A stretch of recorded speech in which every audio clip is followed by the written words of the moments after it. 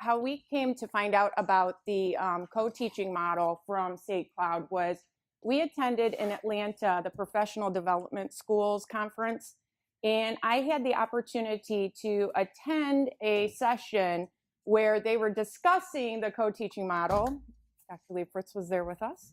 And it was so powerful, the data that was coming back that they were discussing from St. Cloud. I don't know about you, but as a secondary educator, my student teaching experience was sink or swim. It wasn't even a ramp up like you see in the elementary setting. Mine was 1 week with Mr. Nowling, go do it, John. And then at the end, there was an experience where he came slowly back in after making his baseball season schedule. And it was great. But he came back in and we were working together, and it was almost like, wow, there are things I'm getting from him. And so it all kind of clicked at that PDS conference. And I came back and I said something to the group. And then several others had the opportunity to see other sessions that were brought in that spoke to their use of the St. Cloud model. And so this has been near and dear to our heart, because I think once schools start seeing how powerful the data results are on student achievement, this will be the potential for a game changer in education. Down the road, I could see this as 2 adults in a classroom. It's a must, in a sense. So they did 4 years of data, starting in 2004 to 2008. St. Cloud, with this $15 million, they took the Minnesota state testing, similar to what was our MEP, now MSTEP. They took those results. So they had quantitative data, qualitative data. They did reading and math. Obviously, there are a couple of things that they felt were negatives, being that it was just the reading and math data that they could get. They felt like they wish they could have had more quantitative data. So they brought in the Woodcock-Johnson for a pre and a post eventually, and that became another piece that they used, but they could only random sample. Another problem became that just like Michigan changed the test, Minnesota changed the test after 2 years. And so that you would see in the results that we'll pass out to you became evident, but it did not change the results within the co-teaching classroom in terms of growth of the data. So single site, it was just the St. Paul School District that they were using. It was very much a volunteer basis on the part of the teachers. That was another limitation. And secondary teachers. Is this something that secondary teachers really will sign off onto? And we do believe, after some of the initial things that we've been hearing here with our pilot group, that it's a yes. It works across the P12 sector. So, data collection. What you'll find on the back of your sheet is the proficiency scores that they had taken from 2004 to 2008. If you take a look at the math here, you've got a non-teacher candidate or a non-co-teaching candidate. Take a look at the drop that there is if you do not have a co-teacher in the classroom with that teacher candidate. I don't want to advertise that a whole lot. Or else we're going to have a lot of universities call us and say, what have you done to our program? Because as a teacher today, if I saw this and my teacher evaluation score is based off of what that novice teacher is doing in my classroom, I'd say, no way, Jose.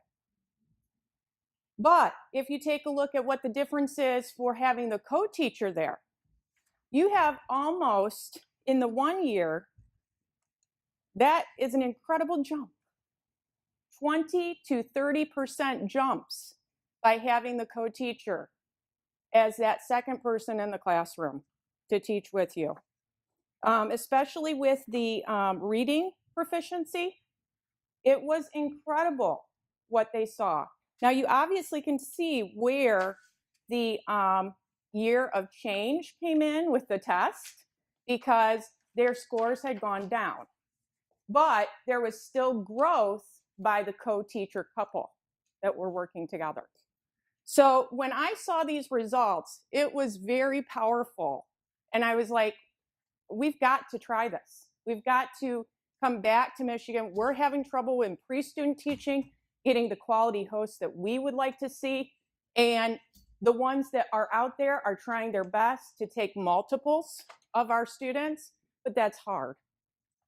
Can we go to the next? So basically, they go back through and compare the cohorts. They did pre and post. They reported all of this out, and we'll go forward. You have pretty much all of this in front of you, but significant gains, as you can see. Here's the interesting part. In 2012, Eastern Carolina, they have just come out with some of the research they've done using the St. Cloud model. They've actually added a component. They wondered if 2 student teachers to 1 teacher would make a difference. It only raised scores in 1 year by 5% in the classrooms. But it did a 20% jump if it was 1-to-1 and 25% jump if it was 2-to-1. So 2 student teachers to 1 cooperating teacher, 1. And so they're looking at it as it's a bigger payoff to do the 1-to-1, and you don't have that competition of 2 students in that classroom. So they're working on building their results because they just have 1 year of the quantitative right now. We can go ahead. So the reading, the proficiencies have gone up there. And then math. Questions that you have for me. I think this is the selling point for the hosts. Because their evaluations, 40% of them are based on the growth of their students from year to year. This could be something that we say to those host teachers that we're really anxious to have student teachers and pre-student teachers with. Look at what our new model will do. Although we're careful not to promise anything. No, but I'm wondering if there was any data from the student teacher side. One thing that you know is they're part of a classroom that is yes. experiencing greater achievement. So that we know. But I think it would also be interesting to, get something from their side of it in terms of what this is experiencing. They did. Okay. So the qualitative data, take a look at the bottom here. There we go. The qualitative data for benefits to teacher candidates, the practicing teachers, there were all sorts of comments that came back. The student teachers who had taken on this co-teaching style, they felt like much better prepared to walk into a classroom and manage that classroom. That's something that I hear of from new teachers all the time. Oh my goodness, classroom management, that's so tough. Yet this became a situation where they had this guide on the side who could walk them through what could you have done differently. We had a great question that came up in Grand Rapids from our pilot group. Well, if that's the case, what happens when you do place those student teachers into a classroom on their own? Will they really be ready because they don't have that person? And there is a phase-in model, and we can pass that along to you, so that that's something that is prevented, that you do have that host teacher, the cooperating teacher, who is with the teacher candidate continuously, ramps up to a position of backing off, then back in, and yet it's using, they're still in there to use the strategies that Katie's going to present to you. And they're still involved in their own classroom. I think the thing that hit me the most is for all the student teachers that I took while I was teaching, I had often, when I'd gone to the library to do my work, and I'm leaving that student on their own, wondering what's happening in there And when all my expertise just walked out the door. And I could have been a true help. And I had a CMU student who did not do so well. And I know that if we had had a co-teaching model, the situation would have never occurred. And I would have been in the classroom to help with him and be a guide through the situation.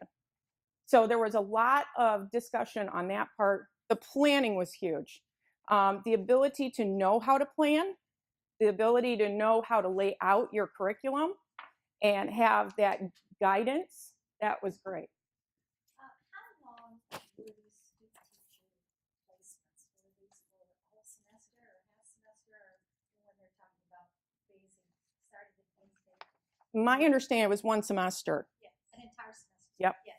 So that's one of the nice perspectives. We do that one semester placement. And so that's not something we have to account for, whereas a school south of us would have to account for that if you go with a year model. So. You talked a lot about planning time. Mm-hmm. Was timing ever an issue, like finding the time to Yes. plan together? Yes, and we will get into that towards the end. But one of the things that they have talked about is the administrative support for that. Building in that administrative support, a couple years into the model building for St. Cloud, they really started working intentionally with their principals and saying, we see this growth here, but now could we make it stronger by intentionally taking those hosts and the student teachers, giving them that time and dedicating that time just a little bit more on their part, giving that to them, maybe bringing in a sub, because at the time, St. Cloud had this $15 million pot of money that they could draw from for their subs. So that was very helpful for them.